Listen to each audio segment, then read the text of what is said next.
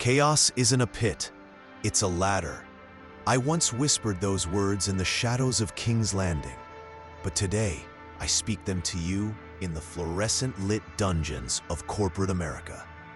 You think you're climbing the corporate ladder? You're not climbing anything.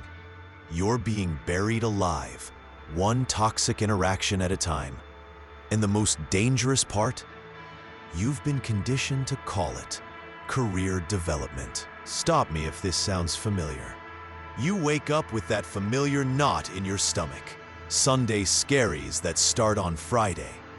You're checking work emails at 11 p.m. not because you care about the company, but because you're terrified of what Monday morning will bring. Your boss has turned you into a version of yourself you don't recognize. The most dangerous enemy is the one who makes you forget who you truly are. You've spent years reading self-help books, trying to manage up, convincing yourself that if you just work harder, if you just prove your worth one more time, things will change. They won't. But here's what Seneca knew that most people never learn. Every new beginning comes from some other beginning's end. The question isn't whether you should leave your toxic boss.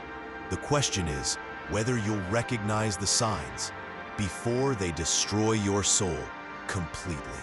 Because by the end of this video, you'll never look at your workplace the same way again. There are 7 patterns of toxic leadership that are so predictable, so universally destructive, that once you see them, you cannot unsee them. Marcus Aurelius wrote, "How much trouble he avoids who does not look to see what his neighbor says or does." But in the workplace, you must look. You must see, because your financial future, your mental health, and your very identity depend on it. These aren't just difficult boss behaviors.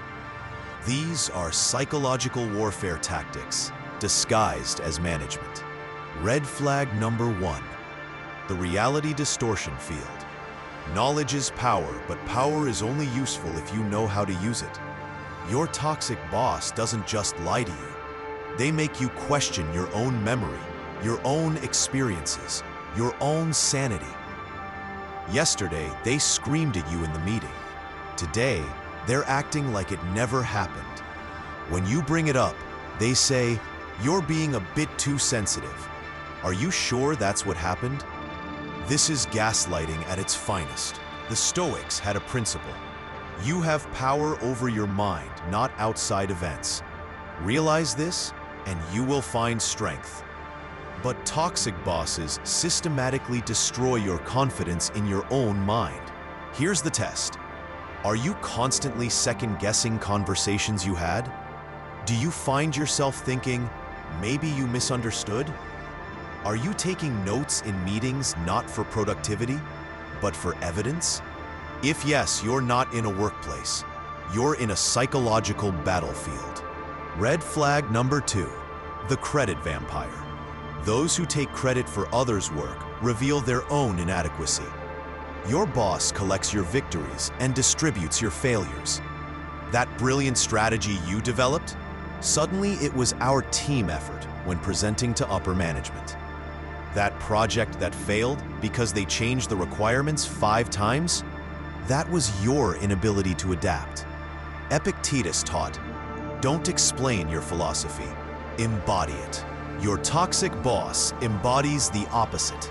They explain away their failures while stealing your successes. Watch for this pattern. Do your wins disappear into team achievements while your setbacks become individual accountability? Does your boss somehow always look good while you're left explaining why things went wrong?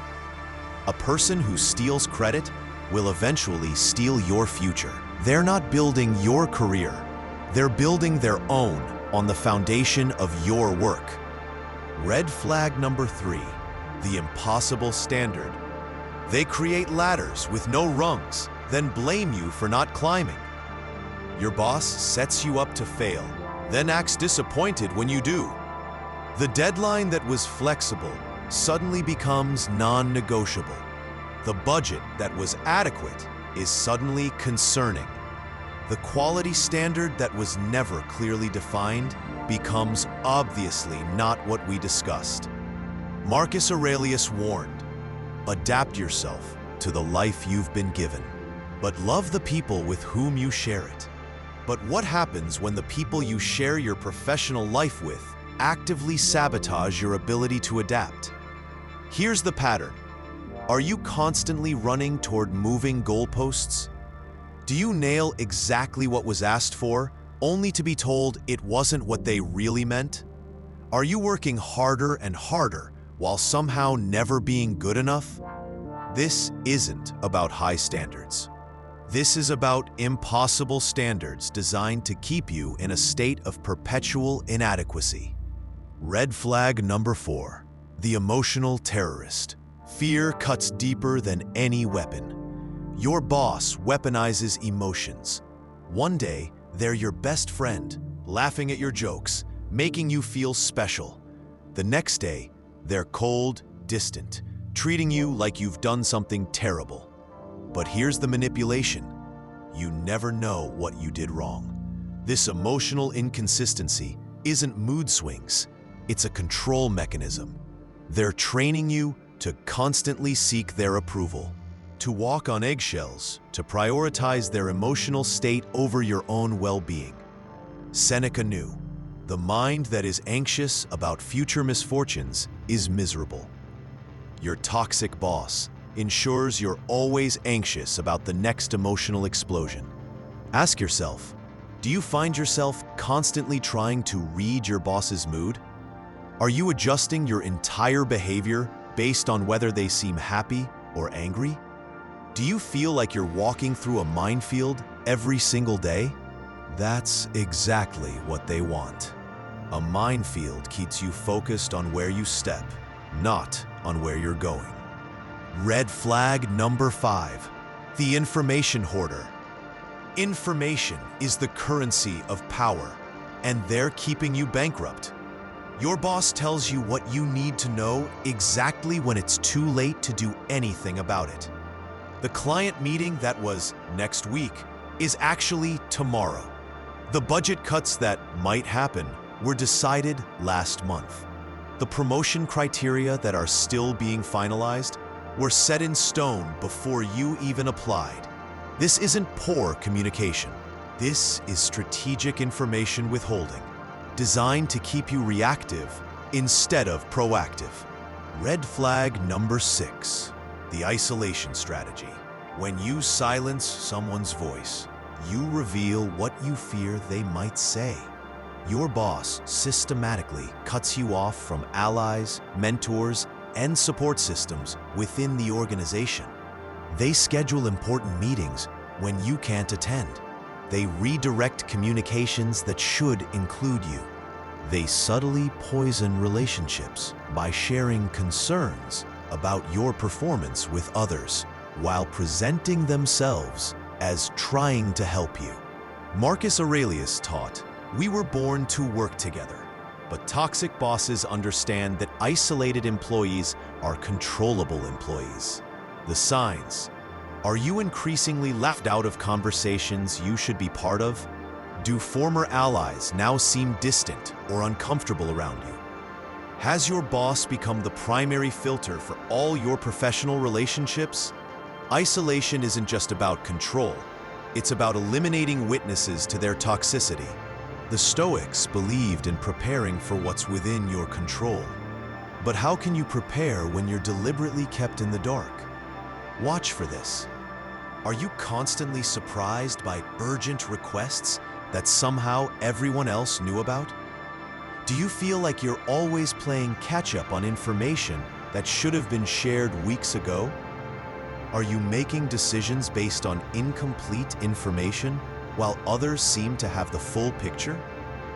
In any organization, information is power, and they're ensuring you remain powerless. Red flag number 7, the exit trap. The strongest chains are those we cannot see. Here's the most insidious sign. Your boss makes leaving seem impossible. They've convinced you that you're lucky to have this job, that no one else would hire you, that your skills aren't transferable, that the job market is terrible, that you owe them loyalty for taking a chance on you. But Epictetus knew, no one can hurt you without your permission, and staying in a toxic situation, that's giving permission for the damage to continue. The trap signs. Do you feel like you can't survive without this specific job? Has your boss convinced you that your skills are somehow unique to this role? Do you find yourself making excuses for staying in a situation that's clearly damaging your mental health? The most dangerous prison is the one you build in your own mind.